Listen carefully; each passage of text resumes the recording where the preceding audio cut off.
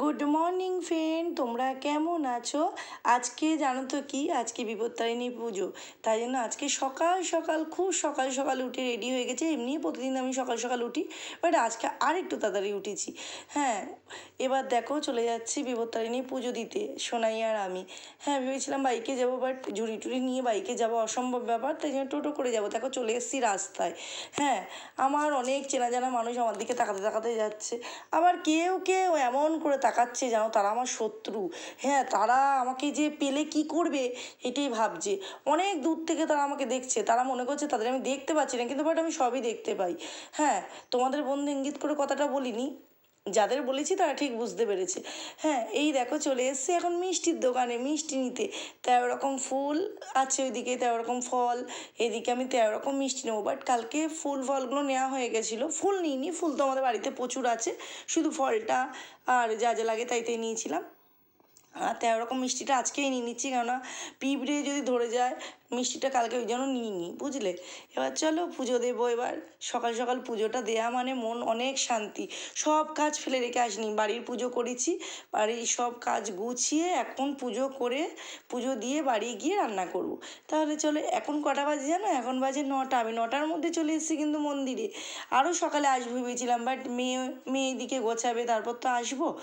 এবার চলো, সবার মঙ্গল কামনায় বিপত্তারিণী পুজো দিতে এসেছি। সবাইকে বিপদ থেকে রক্ষা করো মা, বিপদ থেকে বাঁচিও, এইটাই চাওয়া, আর কিছু না। আমার পরিবারকে, আমার কাছের মানুষগুলোকে, আমার বন্ধুদের সবাইকে ভালো রেখো। আর যারা আমার শত্রু তাদের আরও বিশেষ করে তুমি ভালো রেখো। আর যারা আমার খারাপ চায় তাদেরকে আরও ভালো রেখো মা, এইটুকুই চাওয়া, আর কিচ্ছু না তোমার কাছে। এই দেখো বিপত্তা, আমার মায়ের কত সুন্দর, দেখো ছোটোর থেকে আমার মা এখানে আসতো পুজো দিতে। তোমরা হয়তো জানো না, আমার শ্বশুরবাড়ি বাপের বাড়ি কিন্তু একই জায়গায়, বাট আমার মারা কাজের সূত্রে সব কলকাতা থাকে, আর আমি এখানেই রয়ে গেছি। এইটাই দূরত্ব। আমার বাপের বাড়ি কিন্তু অ্যাকচুয়ালি কলকাতায় না, এখানেই, কিন্তু তোমাদের বলা হয়নি। বাট এখানে এখন কেউ থাকে না, পুরো পুরনো বাড়ি হয়ে গেছে, পুরো বাড়ি, কেউ থাকার নেই। আর কি বলবো, আমার এত বড় বাড়ি ঘরদোর সামলাবো না ওইদিকে সামলাবো, ওইদিকে পুরো পুরনো হয়ে গেছে। আর পুরনো বাড়ি ঘরদোর তো বেশি দিন যেন পড়ে থাকলে কি হয় তোমরা। হ্যাঁ, তোমাদের পুজোর সময় ভিডিওতে দেখিয়েছিলাম আমার পুরনো বাড়িটা কী অবস্থা, দেখলেই মন খারাপ হয়ে যায়। এই দেখো চলে এসেছি, এখন পুজো হচ্ছে। মেয়েকে বলছি ঠিকঠাক করে ক্যামেরা ধর, আর এদিকে ঘন্টাটা বাজাতে চাইছে। সবাই ঘন্টা দড়িটা ওপরে ছিল, তাই জন্য পেরে নিয়ে আবার ঘন্টা বাজাচ্ছি। আর চলো মা, সবাইকে রক্ষা করো, এইটুকুই চাওয়া তোমার কাছে। আর কিছু বলবো, আর কি বলবো তোমাদের বলো, অনেক কথা বলতে ইচ্ছে করে তোমাদের, বাট বলতে পারি না। কেননা ভাবি একদিন সময় করে শুধু তোমাদের জাস্ট মনের গল্পগুলো করব, বাট কী গল্প করব? কিছু একটা গল্প করতে গেলেই অনেকের, সেই কী আর বলবো, অনেকের ঝাল লেগে যাবে। এই কারণে বাট আমি বলতে চাই না কোনো কথা। আমি সব পরিবারের সব কিছু সবাইকে বলতে চাইও না। তোমরা তো জানো পুজোর পরপরই আমি খুব অসুস্থ হয়ে পড়েছিলাম কিছু কারণে, কারো শত্রুতার, কারোর নজরে, বা কিংবা কেউ আমার ক্ষতি করেছিল তার জন্য হয়তো হতে পারে। বাট যারাই আমার ক্ষতি করেছো তারা ভালো থেকো, এইটুকুই আমার চাওয়া। আমাকে ভালো রাখার দরকার নেই ভগবানের, তাদেরকে ভালো রাখলেই হবে। এই দেখো বাড়ির শিবকে কিন্তু জল ঢেলে এসেছি আমাদের মন্দিরে।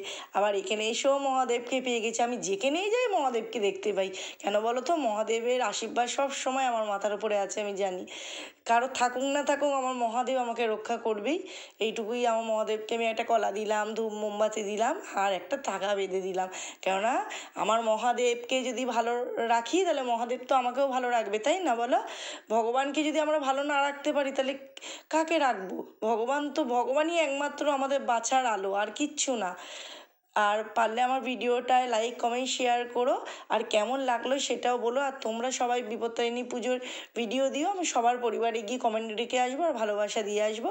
আর এইটুকুই আমার চাওয়া। দেখো আমার পুজো কমপ্লিট হয়ে গেছে। এবার আমার ওখানে সবাই 13 রকমের ফল মিষ্টি সবাই দিতে হয় হাফ হাফ করে কেটে, আমি সেটাই দিচ্ছিলাম। আর মিষ্টিটা না আমিও একটু একটু করে ভেঙে দিতে পারিনি, আমি গোটা মিষ্টি একটা দিয়ে চলে এসেছি। কেন বলো তো? একটু একটু মিষ্টি ভাঙতে না কেমন একটা আমার বিবেকে লাগছিল, তাই জন্য গোটা মিষ্টিই দিয়ে চলে এসেছি। তাহলে আজকের মতন টাটা, সবাই ভালো থেকো, সুস্থ থেকো। এখানেই ভিডিওটা শেষ করলাম। আর কি বলবো বলো, আবার রথের একটা ভিডিও আসবে তোমাদের সামনে। রথের ভিডিওটা তোমাদেরকে শেয়ার করা হয়নি, সময় পেলে শেয়ার করে দেবো। আর হ্যাঁ, তোমরা পারলে আমার ভিডিওটা দেখো, তোমরা তো আমাকে খুব ভালোবাসো, এইটুকু চাওয়া নিয়েই সবার কাছে বেঁচে থাকা, আর কিছু না। আমার পরিবার আর আমার বন্ধুরাই আমাকে ভালোবাসে, আর যারা শত্রু তারা আমাকে সব থেকে বেশি ভালোবাসে। তাদের ভালোবাসায় তো মনের জোর নিয়ে রাগ নিয়ে বেঁচে আছি, এইটুকুই, আর কিছু না, তাই না? তাহলে আজকের মতন টাটা, সবাই ভালো থেকো, সুস্থ থেকো।